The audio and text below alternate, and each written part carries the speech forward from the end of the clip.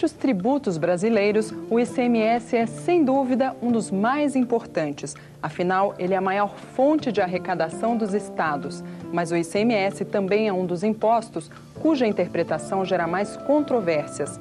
Um dos aspectos mais polêmicos do ICMS é o mecanismo de crédito do imposto, que permite a sua não cumulatividade. Foi pensando em ajudar profissionais e estudantes a terem segurança na interpretação correta da legislação do ICMS que a equipe da FASESP, a Escola Fazendária da Secretaria da Fazenda do Estado de São Paulo, elaborou este vídeo.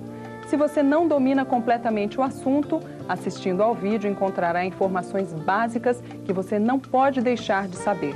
E se você já conhece o assunto, poderá rever em pouco tempo as principais questões que tratam do regime de compensação do crédito do ICMS. Veja agora o conteúdo do vídeo e a sequência em que ele foi organizado. O que é o crédito do ICMS? Como funciona o mecanismo de sua compensação? A Lei Complementar 87/96. E o esclarecimento das principais dúvidas que envolvem o crédito do ICMS nas situações específicas mais frequentes. O crédito dos insumos industriais, do consumo de energia elétrica, de serviços de transporte e comunicação, e do ativo imobilizado. Para ilustrar cada tema, exemplos de situações para ajudar na compreensão e fixação dos principais conceitos. Para comentar e explicar detalhes de legislação referente ao regime de compensação do crédito do ICMS, nós contamos com a colaboração do José Roberto Rosa. Além de agente fiscal de rendas da Secretaria da Fazenda do Estado de São Paulo, José Roberto Rosa é instrutor da Escola Fazendária. Como complemento especial, entre os tópicos abordados, você verá ainda uma breve história da evolução do ICMS. Nela, além de curiosidades, você ficará conhecendo os diferentes contextos históricos que determinaram mudanças importantes na legislação do ICMS ao longo da história do Brasil. Completando, na seção Eu Quero Saber, nós vamos dar a solução para aquelas situações que costumam causar dor de cabeça. A partir de agora, você fica com o primeiro segmento do vídeo sobre o regime de compensação do crédito do ICMS.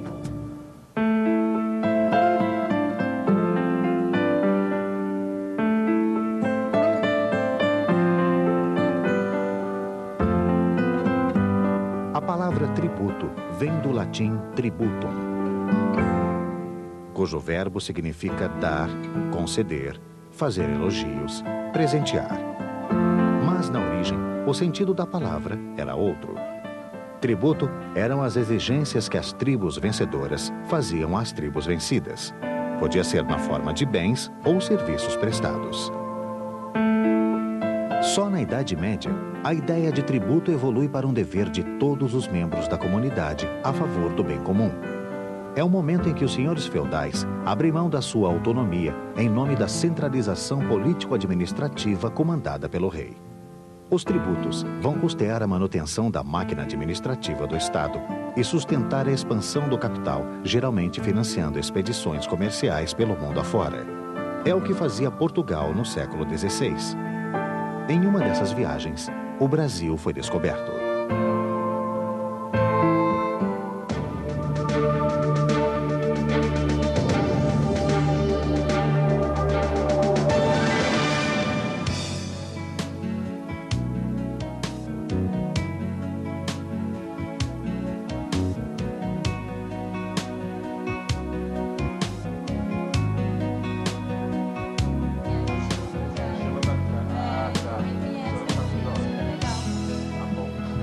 Para se compreender melhor o mecanismo de funcionamento do crédito do ICMS, é útil visualizar a cadeia produtiva.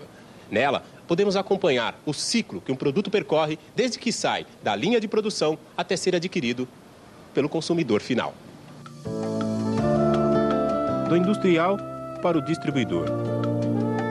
do distribuidor para o varejista, do varejista para o consumidor final. A cada etapa da cadeia é cobrado um percentual do valor da operação a título de ICMS. Se for seguida à risca, esse valor deve incidir até mesmo sobre o valor do imposto já pago nas etapas anteriores da cadeia produtiva. Seria a chamada cobrança em cascata do imposto. O resultado? Esta camiseta custaria bem mais do que R$ 30, penalizando injustamente o bolso do consumidor final. O crédito do ICMS corrige esta distorção. Para entender como ele funciona, nós vamos voltar à cadeia produtiva e acompanhar o percurso que esta camiseta fez até chegar à prateleira desta loja.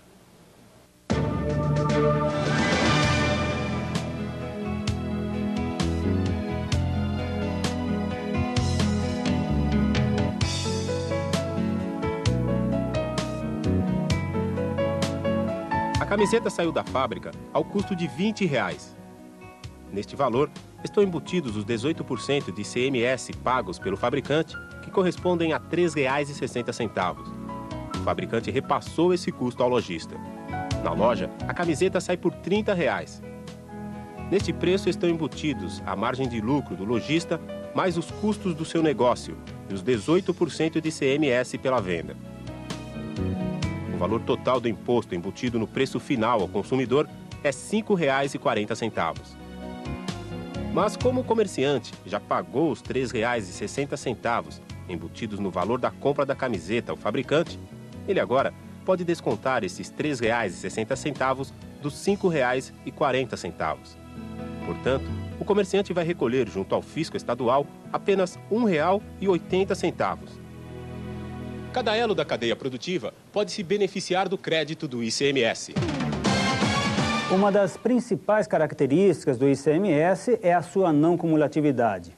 Ao efetuar o crédito do imposto na sua escrita fiscal, o contribuinte está abatendo, compensando o valor do ICMS que já foi pago nas operações anteriores com aquela mercadoria ou seus insumos, e está exercitando o mecanismo da não cumulatividade, evitando que o imposto incida em cascata.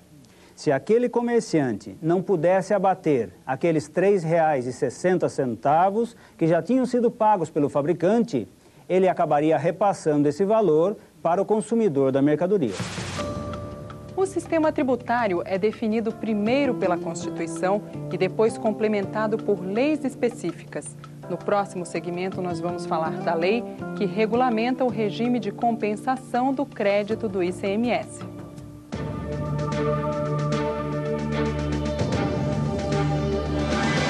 A primeira atividade econômica praticada pelos portugueses no Brasil foi a exploração do pau-brasil. Essa exploração era feita mediante concessão da coroa. Fazia parte do contrato de concessão o pagamento da quinta parte do produto da venda da madeira ao soberano. O quinto e o dízimo foram os primeiros tributos instituídos pela coroa portuguesa ao Brasil, e eles estavam por trás de várias revoltas do período colonial brasileiro. Os revoltosos achavam que Portugal exagerava tanto na quantidade dos impostos como nas quantias cobradas.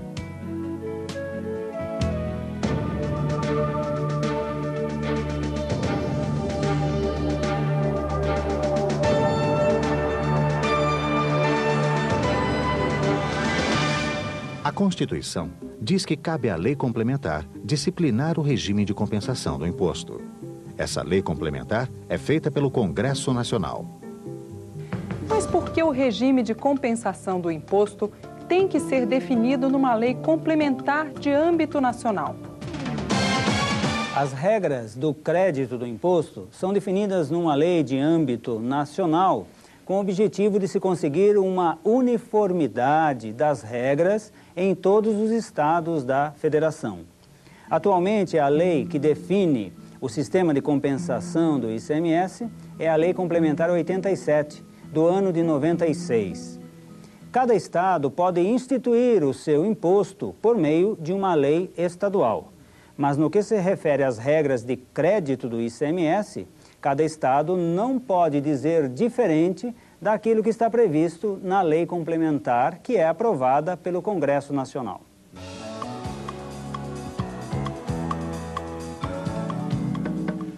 Há produtos que não estão sujeitos à cobrança do ICMS. Quando uma empresa compra um desses produtos, ela pode se creditar do ICMS? Não. A regra é a seguinte: se não houve tributação na operação anterior, não haverá direito ao crédito.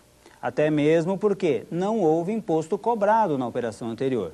Por exemplo, um restaurante que fornece refeições é uma operação tributada. Se ele adquiriu insumos isentos, por exemplo, legumes, verduras, não poderá se creditar em relação a esses insumos.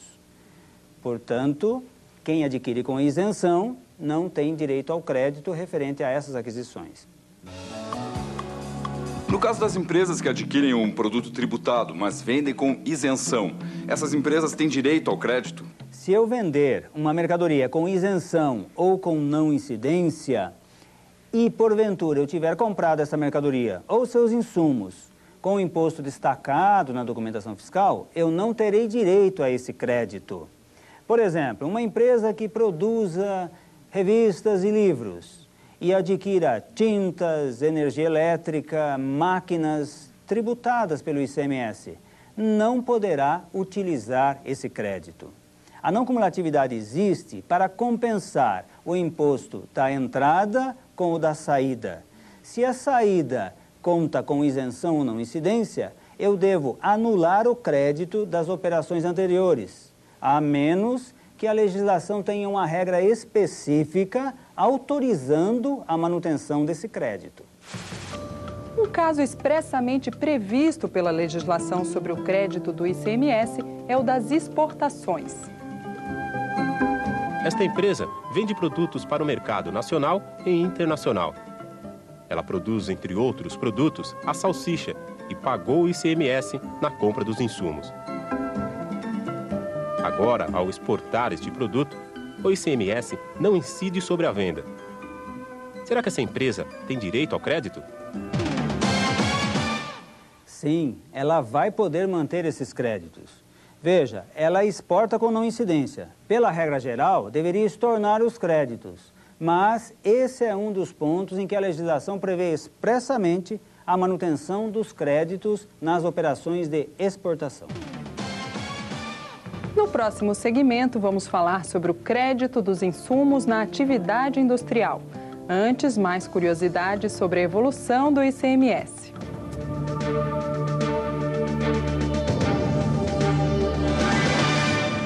Em 1922, os paulistanos foram surpreendidos pela agitação da Semana de Arte Moderna.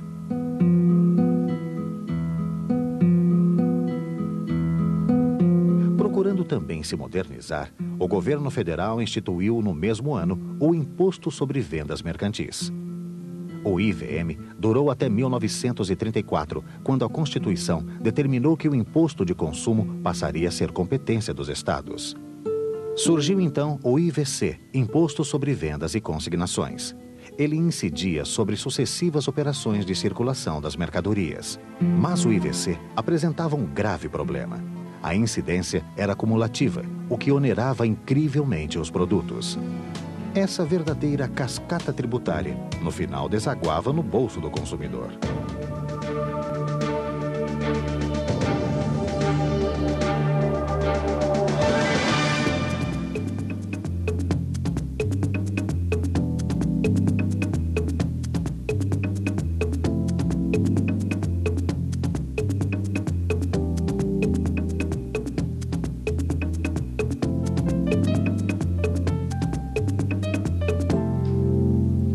O que sai de uma linha de produção como esta é o resultado da combinação de uma série de produtos.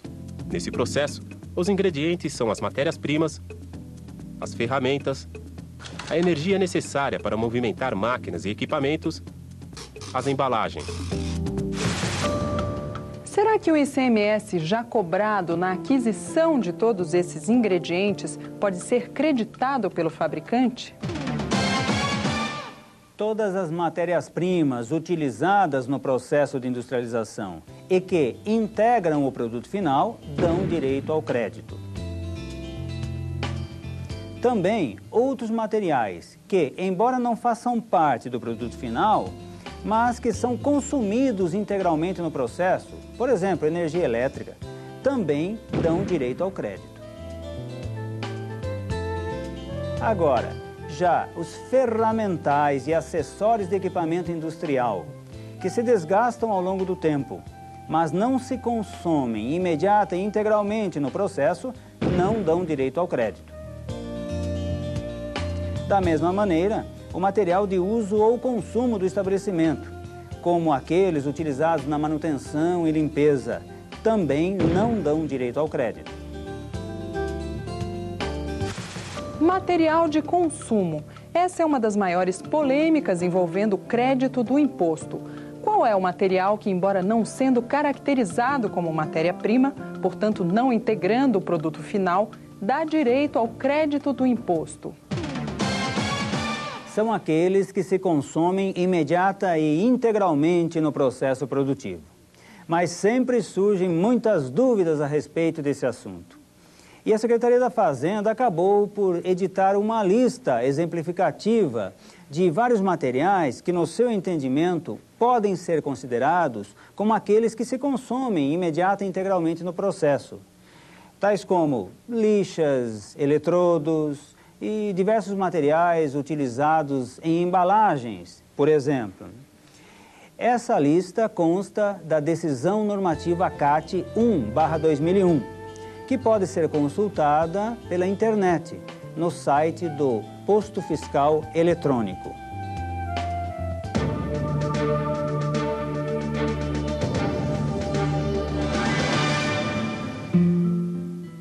A Guerra Paulista é como alguns historiadores se referem ao conflito que no ano de 1932 opôs São Paulo aos demais estados brasileiros.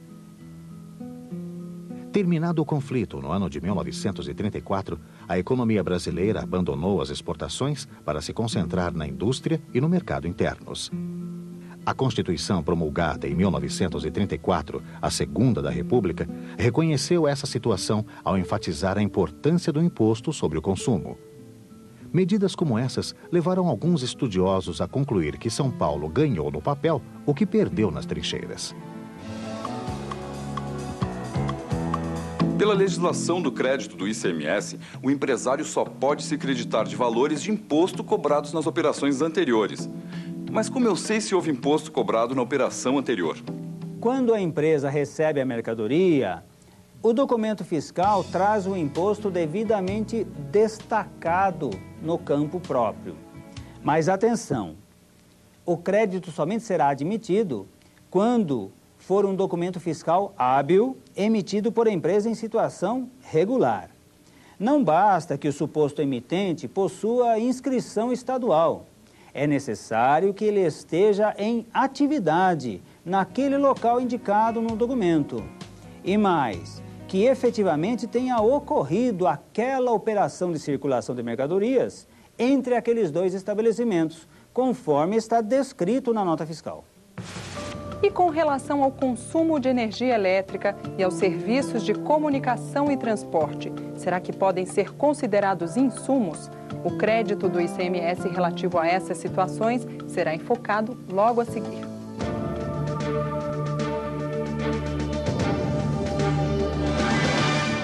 Uma das primeiras medidas econômicas do governo militar foi promover uma reforma tributária.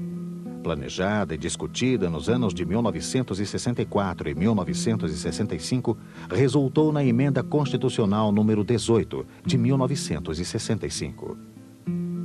A emenda número 18 manteve o ICM, Imposto sobre Consumo, no plano estadual. E no plano federal, instituiu o Imposto sobre Transporte e Comunicações.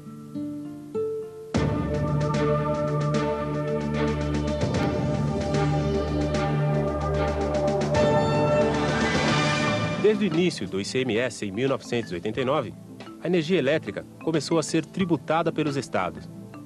Ela é considerada mercadoria para fins tributários. Mas será que as empresas podem se creditar relativamente a todo o seu consumo de energia elétrica? A Secretaria da Fazenda do Estado de São Paulo sempre entendeu que as empresas poderiam se creditar da energia consumida diretamente no setor produtivo e utilizada diretamente no setor de comercialização de suas mercadorias. Entretanto, a partir de janeiro de 2001, por força da Lei Complementar 102/2000, não mais se aceita o crédito para o setor de comercialização. Portanto, as empresas só podem se creditar da energia diretamente consumida no seu setor industrial. No caso de uma indústria em que a energia é consumida tanto nos setores administrativos como no setor de produção, como é que eu identifico o que pode ser creditado e o que não deve ser creditado? Como atualmente a legislação aceita o crédito apenas da energia consumida no setor produtivo, se a empresa tiver um só relógio medidor, ela deverá fazer um rateio para verificar a energia consumida em cada um dos departamentos. A legislação não exige a contratação de um laudo técnico por empresa especializada. A própria empresa deverá efetuar os demonstrativos que serão conferidos depois por ocasião da fiscalização do estabelecimento. No próximo segmento, o assunto é o crédito do ICMS referente aos serviços de transporte e comunicação.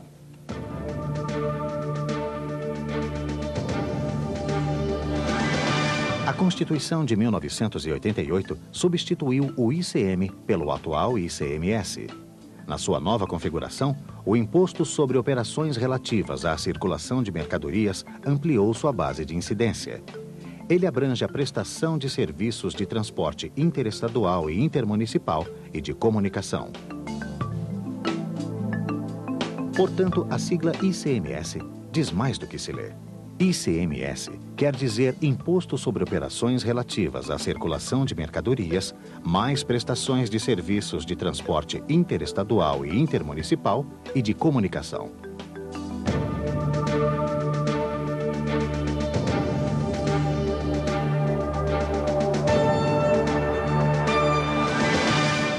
O Estado de São Paulo aceita o crédito relativo ao serviço de transporte contratado por uma empresa, desde que a mercadoria a ser transportada tenha relação direta com a produção ou com a comercialização.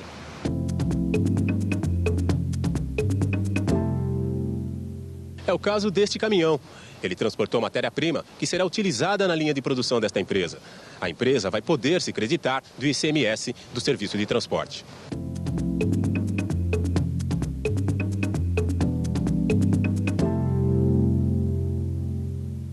Neste outro caso, a empresa está recebendo mercadorias para o consumo do restaurante dos funcionários. O transporte desse tipo de mercadoria, bem como aquelas que serão utilizadas nos setores administrativos, a Secretaria da Fazenda do Estado de São Paulo entende que não dá direito a crédito.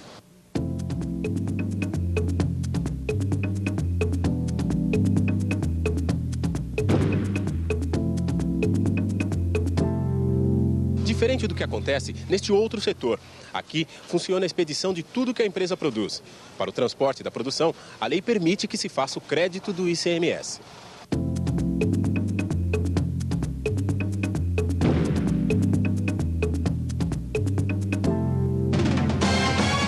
E lembrando sempre, é preciso verificar se essa empresa realiza operações tributadas. Afinal, você já sabe, a própria Constituição veda o direito ao crédito quando a empresa realiza operações não tributadas.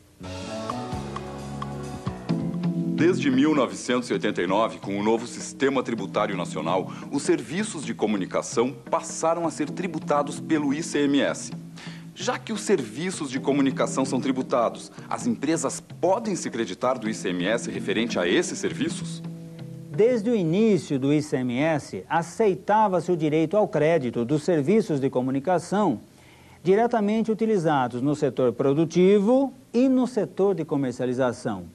Entretanto, a partir de janeiro de 2001, por força também da Lei Complementar 102/2000, não mais se aceita o direito ao crédito para serviços de comunicação, mesmo que seja no setor produtivo ou se for no setor de comercialização. A única exceção é para as empresas exportadoras e, ainda assim, proporcionalmente ao valor que as exportações representem do total de suas operações. A aquisição de ativo imobilizado pode dar direito ao crédito? Esse é o assunto do nosso último segmento.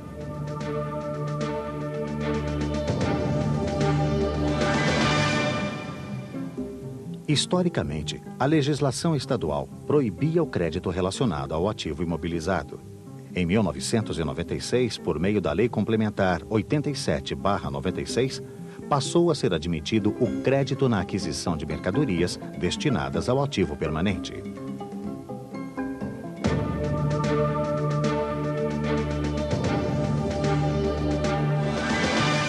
A Secretaria da Fazenda do Estado de São Paulo interpreta que só o ativo fixo, ligado diretamente à atividade de industrialização ou à atividade de comercialização, dá direito ao crédito. Qualquer aquisição do bem do ativo para os setores administrativos, setores que não tenham ligação direta com a produção ou comercialização, não dá direito ao crédito. Vejam só. O computador que foi adquirido para o departamento pessoal da empresa não dá direito a crédito. Já o computador utilizado no controle de estoque de mercadorias dá direito a crédito. Um armário utilizado para guardar documentos da contabilidade da empresa não dá direito a crédito. Um armário utilizado para guardar mercadorias a serem vendidas pela empresa dá direito a crédito. Essa é uma interpretação coerente com a evolução histórica do ICMS. Somente haverá direito ao crédito nas situações diretamente ligadas com a atividade fim da empresa. Quando a empresa tem direito a crédito do ativo, ela pode fazer esse crédito de uma só vez? A partir de novembro de 96, se a empresa tivesse direito ao crédito do ativo, ela poderia lançar o valor do imposto de uma só vez no mês da aquisição, ficando sujeita a estorno proporcional dentro do prazo de 5 anos, sempre que tivesse operações isentas ou não tributadas, sem direito à manutenção de crédito. Essa regra mudou a partir de janeiro de 2001. A partir daí, a empresa que tiver direito ao crédito de ativo fixo deverá apropriá-lo em 48 parcelas, 1/48 por mês a partir do mês da aquisição.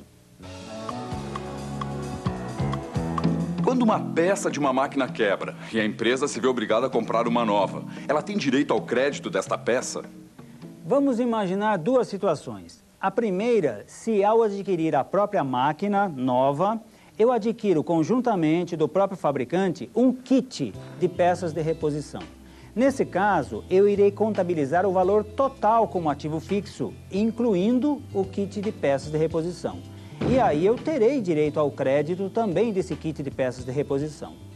Mas, numa segunda situação, em que eu, eventualmente, adquiro uma peça de reposição para efetuar um conserto, um reparo numa máquina do meu ativo fixo, essa peça avulsa que eu vou adquirir não deve ser contabilizada como ativo fixo, e sim será jogada no ativo circulante ou diretamente como despesas. Então, ela não terá direito ao crédito. Portanto, peças de reposição não darão direito ao crédito porque não são contabilizadas como ativo fixo. Somente haverá direito ao crédito para peças de reposição quando a legislação aceitar o crédito para materiais de uso e consumo em geral. Bem, e com essa questão nós chegamos ao final deste vídeo sobre o regime de compensação do crédito do ICMS. Acompanhe agora a síntese do que de mais importante você viu sobre o direito ao crédito. O crédito do ICMS é a maneira legal de se evitar que o imposto seja cobrado cumulativamente nas várias etapas da cadeia produtiva. Por meio do crédito, o contribuinte abate o que já foi pago. Desde 1996, o crédito é permitido para ativo fixo utilizado nos setores industrial, comercial ou de prestação de serviços, de acordo com a Lei Complementar 87/96. A partir de 2003, material de consumo dá direito a crédito. Transporte de mercadorias relacionadas aos setores produtivo e comercial dão direito a crédito. Até 2000, tanto a energia consumida pelo setor produtivo como pelo setor comercial dá direito a crédito. A partir de 2001, A energia empregada em setores comerciais não dá direito a crédito. Até 31 de dezembro de 2000, serviços contatados de comunicação para os setores produtivo e comercial dão direito a crédito. Depois de 31 de dezembro de 2000, somente empresas exportadoras continuam tendo direito a esse crédito. Como você sabe, a legislação tributária é extremamente dinâmica. É possível ver isso pela evolução do ICMS que esse vídeo mostrou. Daí a necessidade de você estar acompanhando permanentemente a legislação editada pela Secretaria da Fazenda. Para se manter atualizado sobre a legislação do ICMS, consulte sempre na internet o Posto Fiscal Eletrônico. Ele traz notícias atualizadas sobre as mais recentes alterações do regulamento. Nós esperamos que o conteúdo desse vídeo tenha solucionado as suas dúvidas e que possa ajudá-lo no seu trabalho. Obrigada pela sua atenção e até uma próxima oportunidade.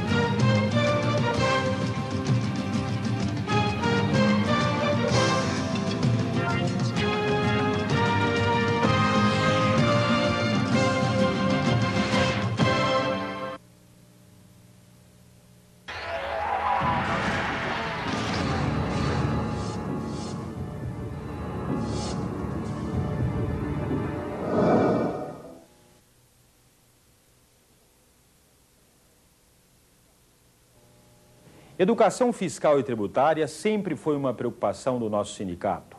Já proferimos palestras, já fizemos cartilhas e já produzimos filmes. No ano de 2000, fizemos 8 peças para a televisão. As Massinhas, no ano 2002, mais 10. Tudo isso em parceria com a FASESP, a Escola Fazendária do Estado de São Paulo. E procuramos abranger, envolver todo o universo da tributação. O nosso objetivo é estar preparando o contribuinte do futuro. Por isso que esse trabalho, esse projeto de educação fiscal é dirigido para a juventude, para as pessoas que estão se formando hoje, para que no futuro entenda a importância do tributo, para que o Estado possa servir e prestar bons serviços para a população. Curta os filmes e divulgue essa ideia.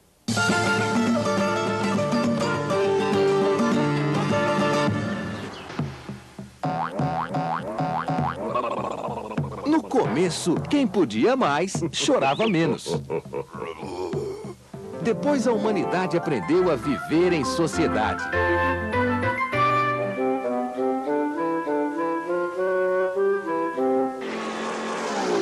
Para colocar ordem na casa, os homens criaram leis e organizaram as mais diferentes formas de governo, eleitos para melhorar a qualidade de vida da população. E de onde vem o dinheiro para todas essas obras e serviços? Vem dos impostos que o povo paga. Então tem que valorizar o dinheiro dos impostos. Não pode ter sonegação, nem desperdício.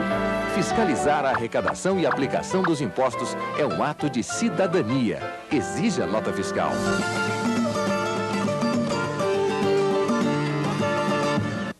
Condução, supermercado, orçamento familiar eu sei como é. A gente vive na ponta do lápis para chegar no fim do mês. E o orçamento público? É um contrato anual entre os governos federal, estadual e municipal e a sociedade.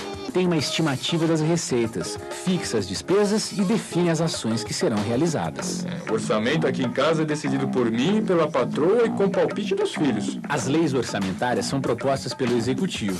Depois são debatidas, aperfeiçoadas e aprovadas pelo Legislativo. E o cidadão contribuinte que entra com o dinheiro do orçamento não apita nada? O contribuinte pode e deve dialogar com as autoridades e os parlamentares para incluir uma reivindicação da comunidade no orçamento. Nós vamos debater isso na próxima reunião da Sociedade de Amigos de Bairro.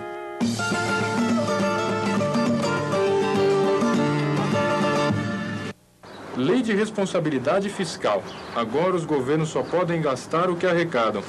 Pago pra ver. Pagava. Antes, os governantes deixavam dívidas e quem ficava no prejuízo era o povo. Para acertar as contas, subiam os impostos e diminuíam os serviços públicos. E agora? Prefeitos, governadores e até o presidente podem perder o cargo e parar na prisão se não respeitarem o equilíbrio orçamentário. Que é isso? A despesa não pode ser maior do que a receita. No restaurante eu gastei mais do que podia e tive que lavar prato. Faltou planejamento. Tem que fazer como a dona de casa, que só compra o que pode pagar. E para que essa lei funcione, o povo tem que participar da discussão, elaboração e fiscalização do orçamento.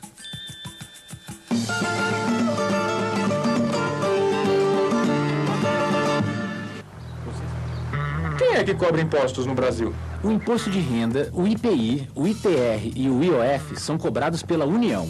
Os impostos de importação e de exportação também são federais. Os principais impostos estaduais são o ICMS e o IPVA. Aos municípios cabe recolher o IPTU e o Imposto sobre Serviços. E como é a divisão desses recursos? A União fica com a maior parte da receita e, pela Constituição, é obrigada a repassar aos estados e os municípios o dinheiro do imposto de renda, do IPI e do ITR. E os governos estaduais também transferem para os municípios uma parte do ICMS e do IPVA. Esses recursos são fundamentais para que os governos estaduais e as prefeituras possam atender às necessidades da população. Transferência e transparência, é isso aí.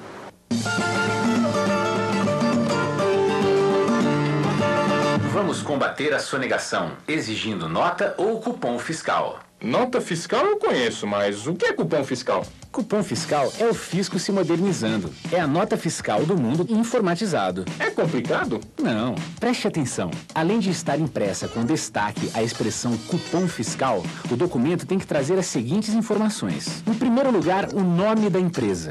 Muita atenção também para o espaço onde deve constar o número da inscrição estadual e o número do CNPJ, que é a inscrição da empresa no Ministério da Fazenda. Fazendo uma comparação com os seus documentos pessoais, a inscrição estadual é o RG e o CNPJ é o SIC. Se esses dados não estiverem preenchidos corretamente, o cupom não vale como documento fiscal e o dinheiro dos impostos pode não chegar aos cofres públicos. Vou conferir tintim por tintim. Ninguém vai sonegar em cima de mim.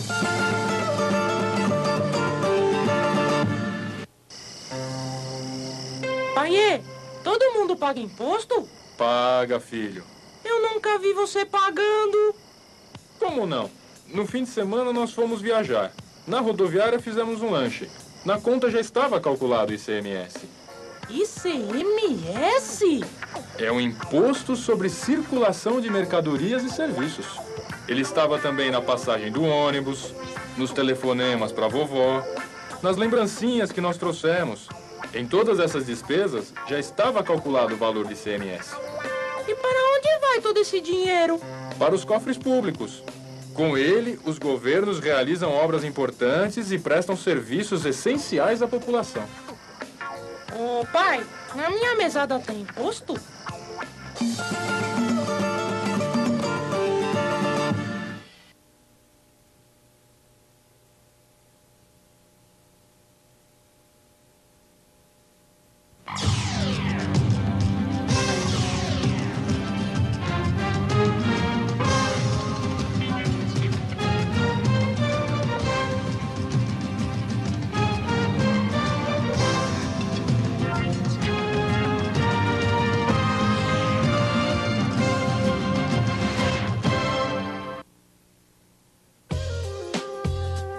nosso assunto é o ICMS, Imposto sobre Circulação de Mercadorias e Serviços, que é a maior fonte de arrecadação dos estados.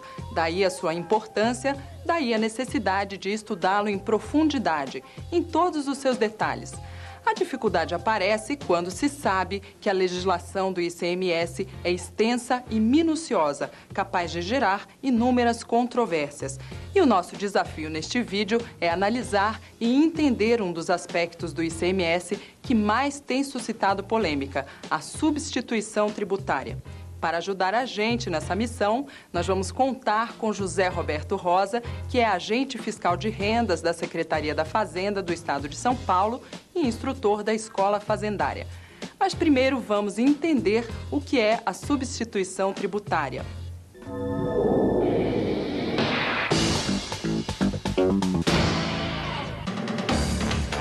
Alguns produtos são comercializados por uma infinidade de estabelecimentos varejistas, o que dificulta o seu controle fiscal. Para produtos com essa característica de distribuição, a substituição tributária permite tornar a arrecadação do ICMS mais eficiente. Os estados podem atribuir a determinada categoria de contribuintes a responsabilidade pelo imposto referente às operações subsequentes com a mercadoria. É a chamada retenção de ICMS na fonte, quando o imposto é cobrado antes da ocorrência do fato gerador. Essa forma de substituição tributária, a substituição para a frente, antecipa a cobrança do imposto na fonte, por exemplo, na indústria, devido à dificuldade de cobrá-lo no varejo. Nos anos 80, as primeiras situações sujeitas à substituição tributária foram implementadas por acordo entre os estados e alguns fabricantes, por meio de regimes especiais de recolhimento do ICMS. Em 1983, a Lei Complementar número 44 instituiu a substituição tributária. Naquela época, mesmo tendo sido prevista em lei complementar, muitos contribuintes foram ao Poder Judiciário questionar a legalidade da substituição tributária. A controvérsia só terminou quando, finalmente, a substituição tributária foi incluída na Constituição Brasileira, em 1993, pela Emenda Constitucional número 3, que diz o seguinte: a lei poderá atribuir a sujeito passivo de obrigação tributária a condição de responsável pelo pagamento de imposto ou contribuição cujo fato gerador deva ocorrer posteriormente, assegurada a imediata e preferencial restituição da quantia paga, caso não se realize o fato gerador presumido. Além disso, a jurisprudência do Supremo Tribunal Federal tornou pacífico o entendimento quanto à legalidade da substituição tributária. E a Lei Complementar 87/96 consolidou a regulamentação da substituição tributária, definindo os parâmetros que deveriam ser seguidos pelas legislações estaduais.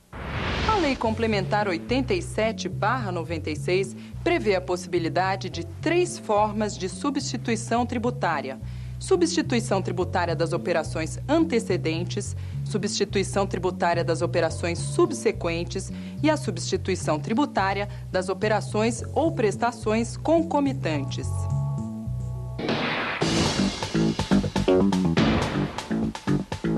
Já vimos que os estados podem atribuir a determinada categoria de contribuintes a responsabilidade pelo imposto referente às operações subsequentes. É o caso retenção do ICMS na fonte, que se aplica a produtos como cerveja, refrigerante, cigarro, pneus, automóveis, motos, combustíveis, lubrificantes, derivados de petróleo e tintas.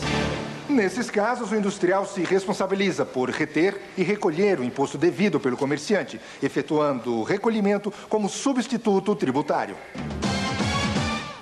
Assim, aquele que retém o imposto, pode ser o fabricante ou o importador, é chamado pela legislação de substituto. E o comerciante, aquele que vai realizar as operações subsequentes, será o substituído. Veja o caso da cerveja dos refrigerantes. Enquanto a fábrica ou o importador será o substituto, os comerciantes que depois irão vender essa mercadoria, sejam os atacadistas, os bares, restaurantes, lanchonetes, serão os substituídos. O segundo tipo de substituição tributária é o diferimento. Os estados utilizam o diferimento naquelas situações em que nós temos muitos fornecedores de uma determinada mercadoria, cuja circulação vai afunilar em alguns compradores, em algumas empresas. Por exemplo, nós temos muitos produtores rurais que vendem gado para alguns frigoríficos. Então, é muito mais interessante, mais eficaz, controlar o imposto dessa mercadoria nos frigoríficos.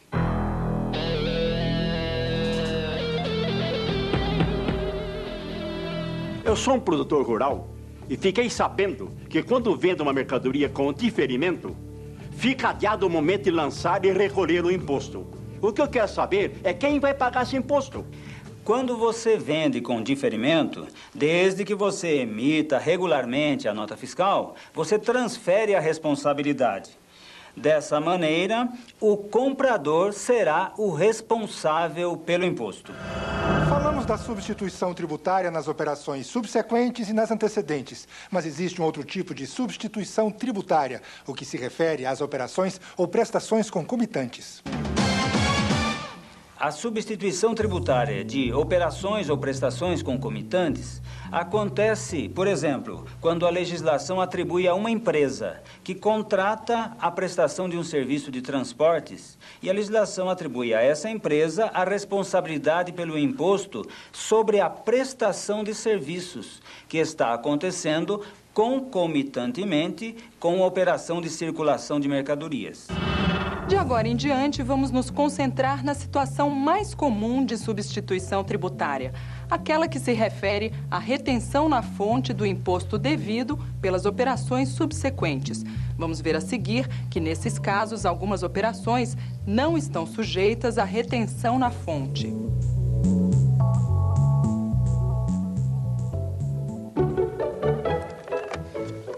Sim, pois não? Sim, nós somos fabricantes de tintas. Em que posso servi-lo? Ah, o senhor é revendedor? Certo. Ah, quer saber se existe retenção de imposto na fonte? Bem... Sim, senhor, é da fábrica de tintas. O senhor quer tinta para usar na reforma da sua loja. Quer saber se há retenção de imposto na fonte? Bem...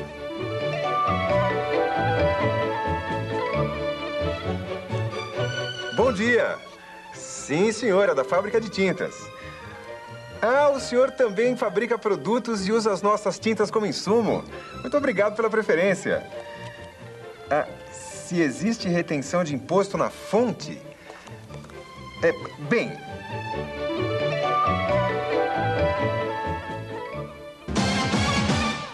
Ah, isso é importante. Não se fala em retenção do ICMS na fonte quando o destinatário da mercadoria é usuário final.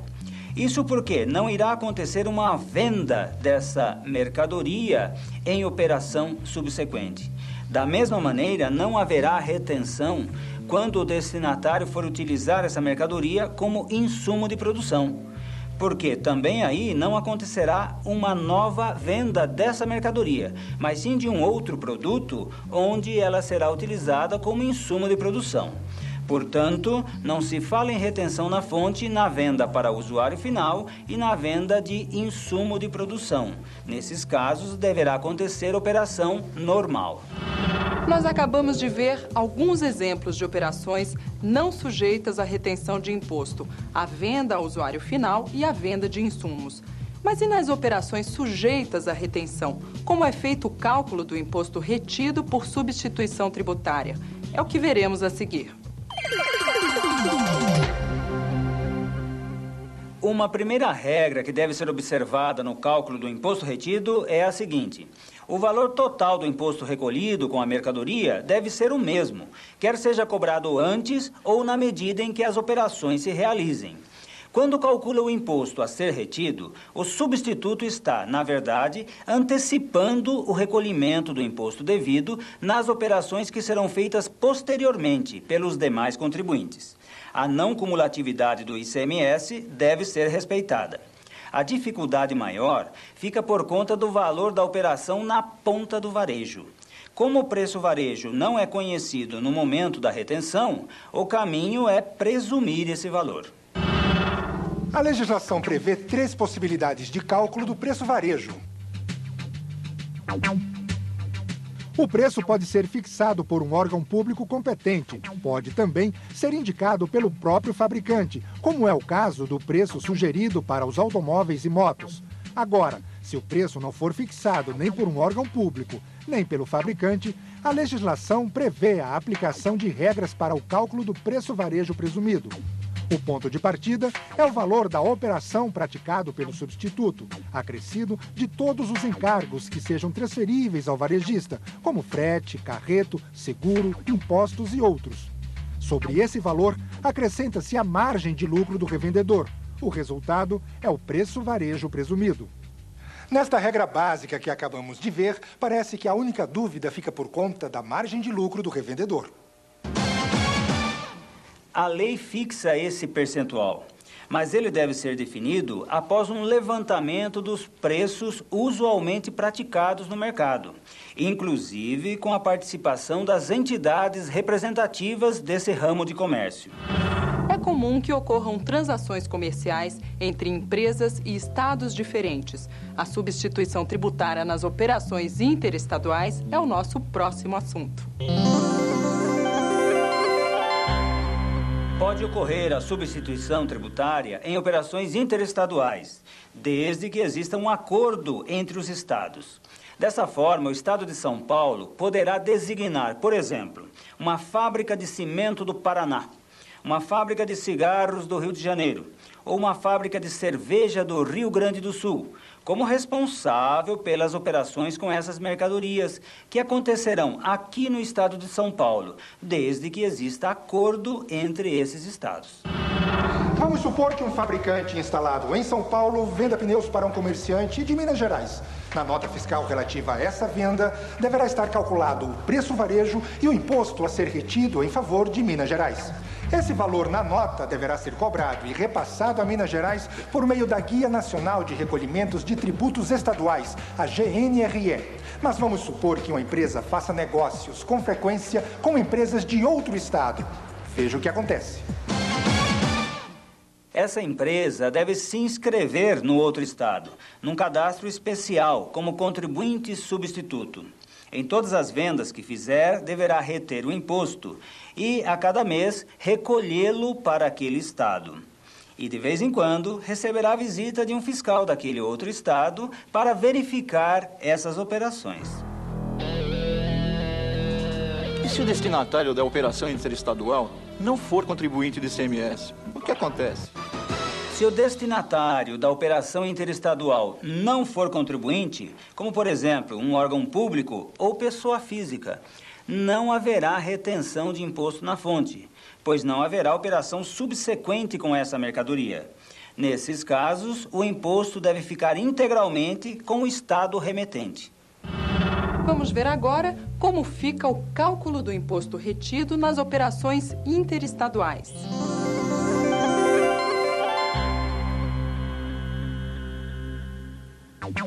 Uma indústria paulista vende para um atacadista da região centro-oeste do Brasil.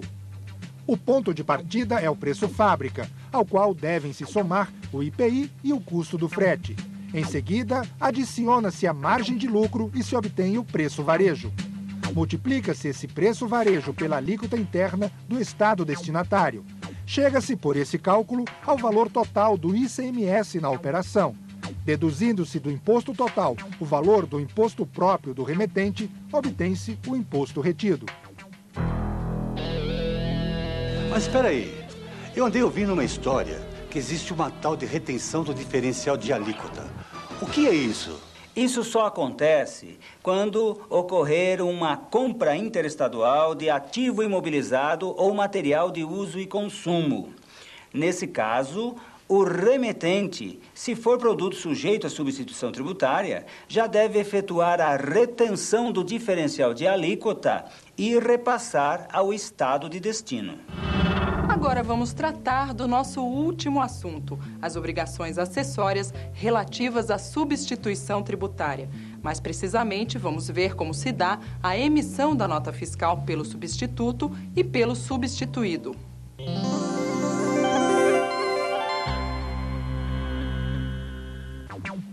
A nota fiscal tem um campo para o contribuinte substituto informar o número de sua inscrição como substituto tributário no estado de destino. Outros campos são destinados à informação da base de cálculo e do imposto devido por substituição tributária. Cabe ao contribuinte substituto discriminar, por mercadoria, a base de cálculo da retenção e o valor do ICMS retido. O regulamento do ICMS no estado de São Paulo proíbe que o substituto faça o destaque do ICMS próprio naquele campo específico da nota fiscal. Isso para evitar que o comprador se credite. Lembrando sempre, o comerciante que adquire mercadorias sujeitas à substituição tributária não poderá utilizar o crédito do ICMS. Como um substituído pode emitir nota fiscal?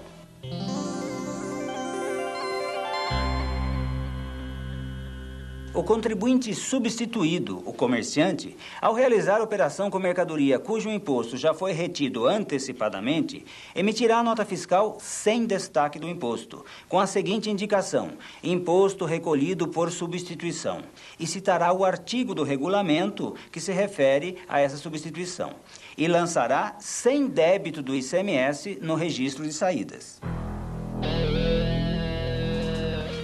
Mas e se o comerciante vender por um preço menor do que aquele sobre o qual foi retido o ICMS? Desde o ano de 1995, o Estado de São Paulo incluiu na sua legislação a possibilidade de devolver parte do ICMS quando o varejista vendesse por valor menor. Entretanto, em maio de 2002, o Supremo Tribunal Federal decidiu definitivamente a questão. Uma vez retido o ICMS na fonte, não há que se falar nem em complemento, se vender por valor maior, nem em devolução, se vender por valor menor. O direito ao ressarcimento só existirá se o fato gerador presumido não se realizar. Chegamos ao final deste vídeo que tratou da substituição tributária do ICMS. Para você pesquisar mais e manter-se atualizado sobre este e outros tópicos da legislação do ICMS, a Secretaria da Fazenda mantém à sua disposição na internet o Posto Fiscal Eletrônico. Pode ser que lá esteja a resposta para a sua dúvida. Não deixe de conferir.